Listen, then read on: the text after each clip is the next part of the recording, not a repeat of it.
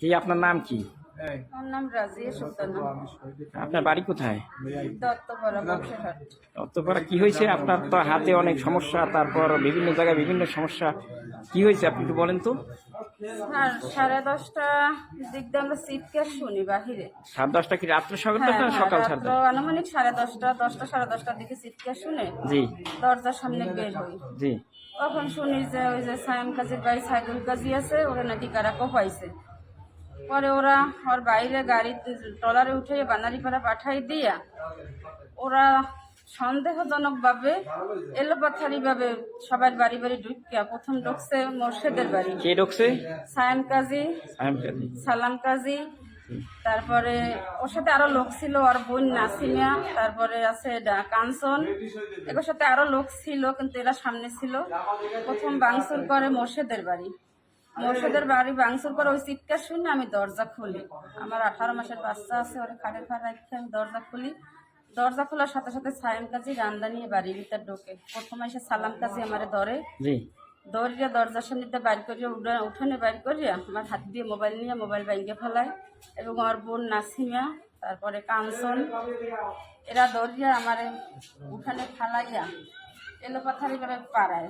এরপর সায়েম কাজী আইসে আমার কোপ দেয়। কোপ দিয়েছে কোনখানে? ওই হাতে? এই যে হাতে কোপ দিয়েছে। যখন আমি ধরিয়ে ফেলাইছি ওর রান্দার আসারি, তখন ওই রান্দার অল্প কোপ লাগছে, তাতেও একটা সেলাই লাগছে। আর ওই সময় আমার নাক ফুল, গলার চেইন এগুলো নিয়ে গেছে। তখন আমি টিপাই নাই, যে অস্থির হয়ে গেছে ওকে মাইরে এসে। পরে আমি ওরা যখন আমার সাইডে দিয়েছে তখন সবাই কয় তোমার নাক ফুল কই। পরে গলায় হাত দিয়ে দেখি চেইন নাই। আমার মারিয়া ওরা গেছে, যাওয়ার পরে আবার দ্বিতীয়বার আসছে। আসার পরে আমার ঘর ভাঙচুর করছে। ঘর ভাঙচুর করলে আমার দরজার সামনে আমার হাজব্যান্ডের মোটরসাইকেল আসলে, ওই মোটরসাইকেল নিয়ে গেছে, নিয়ে ভাঙছে, কোপাইছে।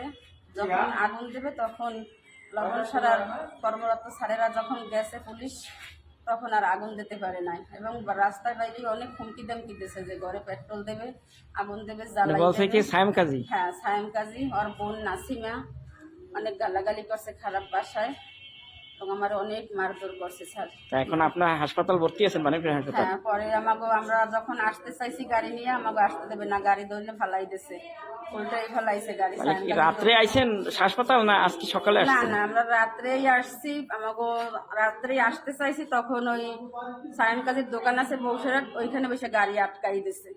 গাড়ি আটকানোর পর আমরা আসতে পারি না, সবাই লুকিয়ে রয়েছি ঘরের ভিতরে। পরে লবণ সারার পুলিশ যাইয়া আমাকে ঘর থেকে বের করিয়া ওনাকে গাড়িতে আমাকে খেওয়াঘাট পর্যন্ত আগাই দিয়ে গেছে।